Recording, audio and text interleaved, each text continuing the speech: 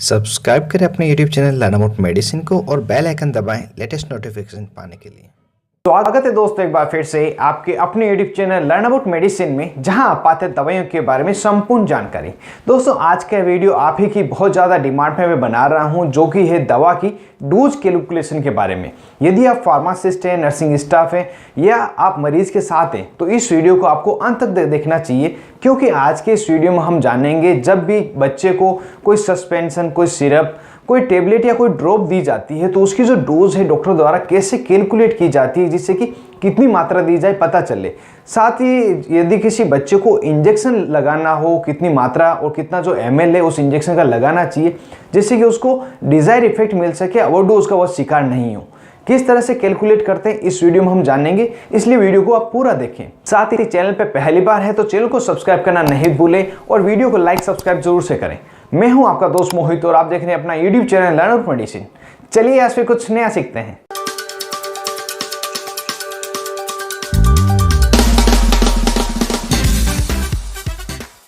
Hello friends, नमस्ते दोस्तों। यदि आप फार्मासिस्ट हैं और आपने डी फार्मेसी या बी फार्मेसी कर रखी है, साथ ही आप नर्सिंग स्टाफ है, आपने जीएनएम या बीएससी नर्सिंग की है, तो इस टॉपिक को आपने ज़रूर से अपने पढ़ाई के अंतर्गत पढ़ा होगा, जिसे डोज कैलकुलेशन को हम पोसोलॉजी कहते हैं। जी हाँ दोस्तों, जो पोसोलॉजी है वो डोज कैलकुलेशन ही है और उसी के अकॉर्डिंग में इस वीडियो में आपको डोज की कैलकुलेशन कैसे की जाती है मैं आपको बताऊंगा। मुख्यतः अगर शुरुआत में हम बात करें, बच्चों को जो सिरप, सस्पेंशन, ड्रॉप तथा जो टेबलेट्स दी जाती है उनकी डोज कैलकुलेट कैसे की जाती है, तो उनके लिए 3 फॉर्मूले अलग अलग हैं, जिसमें सभी जो फॉर्मूले हैं एज के अकॉर्डिंग कैलकुलेशन के लिए बनाए गए हैं। सबसे पहला फॉर्मूला है जिसमें बच्चे की जो उम्र है 12 वर्ष से जब कम होती है तो उसमें डोज कैलकुलेशन की जाती है। दूसरे फॉर्मूले में 4 वर्ष से लगाकर 20 वर्ष की उम्र के मरीज के लिए, और जो तीसरा फॉर्मूला है वो इन्फेंट्स के लिए है, जिसमें 0 महीने से लगाकर 14 महीने तक का जो बच्चा है उसमें डोज कैलकुलेट कैसे की जाती है। इन सभी के बारे में बताने से पहले एक बात विशेष तौर से आपको बताना चाहूँगा, यदि इन सभी फॉर्मूलाज के अकॉर्डिंग आप डोज का कैलकुलेशन करना चाहते हैं तो उसके लिए जो दवा की एडल्ट डोज है वह आपको ध्यान होना बहुत ही आवश्यक है। जैसा कि जो पैरासीटामोल टेबलेट है, जो पैरासीटामोल दवा है, उसकी जो ओरल डोज रहती है पूरे दिन की 2000 मिलीग्राम रहती है, जिसे टुकड़ों में दिया जाता है, और मैक्सिमम डोज की बात करें तो 2400 मिलीग्राम इसकी मैक्सिमम डोज रहती है। इसी तरह से सभी दवाइयों की आपको एडल्ट डोज पता होनी चाहिए, उसी के बाद आप इसकी कैलकुलेशन कर पाएंगे।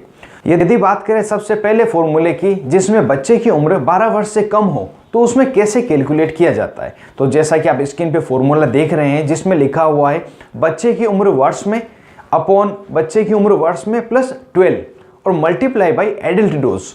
दोस्तों यही इसका फॉर्मूला है, जिसमें आपको जो वैल्यू है इसकी पहलेस करके रिजल्ट निकालना होता है। एज ए एग्जाम्पल हम समझ लेते हैं, जैसा मैंने भी बताया था, पैरासीटामोल की जो एडल्ट की डोज है प्रतिदिन 2000 मिलीग्राम रहती है। इस फॉर्मूले में उसको अगर फिट करें तो एग्जाम्पल के तौर पर यदि कोई बच्चा है जिसकी जो उम्र है 10 वर्ष है, तो ऊपर हम 10 लिखेंगे और उसके नीचे 10 + 12 मल्टीप्लाई बाई जो 2000 पैरासीटामोल की डोज है। जब इसको पूरा कैलकुलेट करके मल्टीप्लाई करके सॉल्यूशन निकालेंगे तो लगभग 909 मिलीग्राम के लगभग इसकी डोज आती है, जो पूरे दिन में बच्चे को अलग अलग डिवाइडेड डोज में दी जानी चाहिए, जिसकी उम्र 10 वर्ष है। ये पहला फॉर्मूला, इस तरह से इसको सॉल्यूशन करके कैलकुलेशन किया जाता है।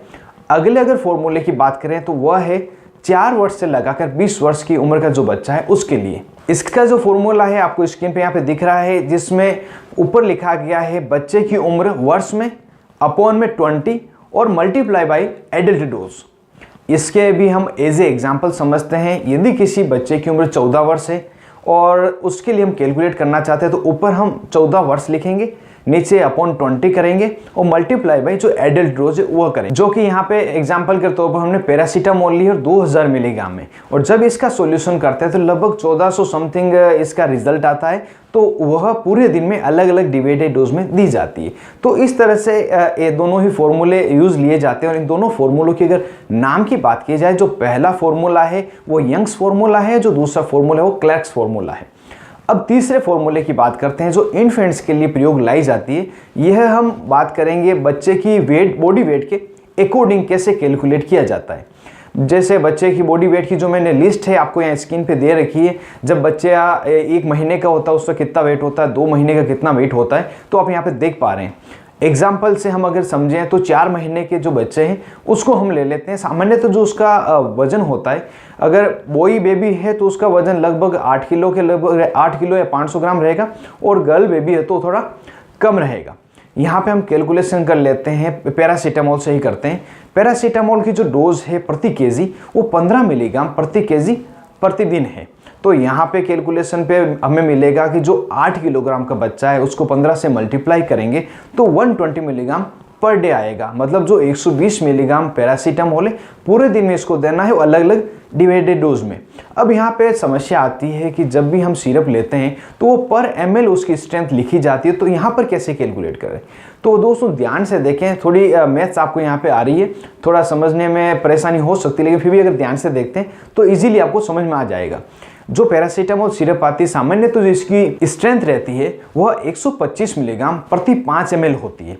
अब अगर बात करें इसको कैसे कैलकुलेट करेंगे, तो जैसा हमने अभी रिजल्ट मिला था कि जो यदि बच्चा का वजन 8 किलोग्राम है तो उसे 120 मिलीग्राम पूरे दिन में पैरासीटामोल देनी चाहिए।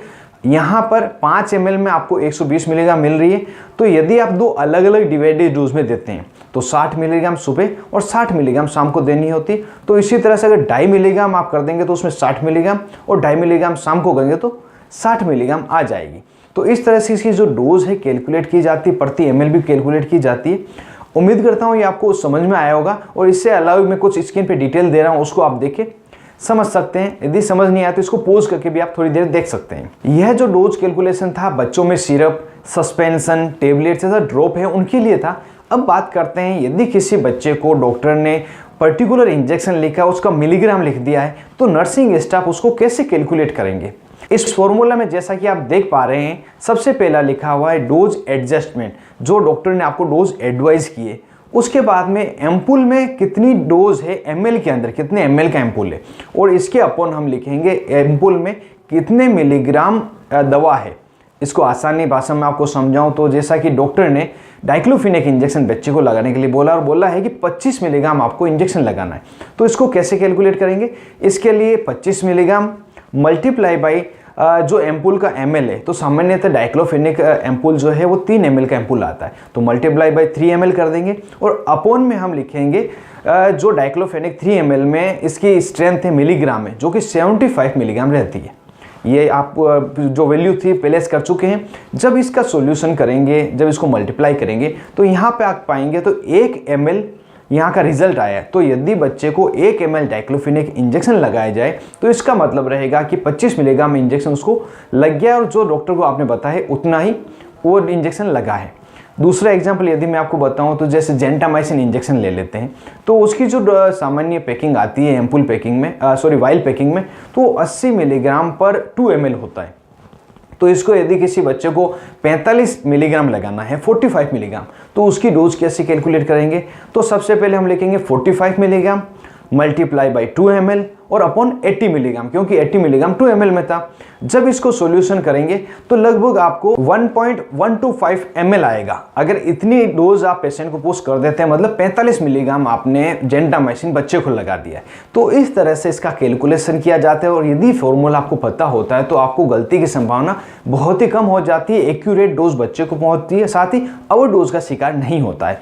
और दोस्तों ये डोज कैलकुलेशन जो था मैंने बिल्कुल आपकी सामान्य नॉलेज के लिए बताया है। वैसे तो आपको डोज डॉक्टर कैलकुलेट करके बताते, फिर भी यदि आप भूल जाएं सही डोज बच्चे को दे सके। तो दोस्तों पूरी जानकारी मैंने डोज कैलकुलेशन के बारे में बताई है जो आपके लिए महत्वपूर्ण थी। वैसे तो अगर एकेडमिक तौर पे देखें तो ये पोस्टोलॉजी पूरा अलग से ही चैप्टर है।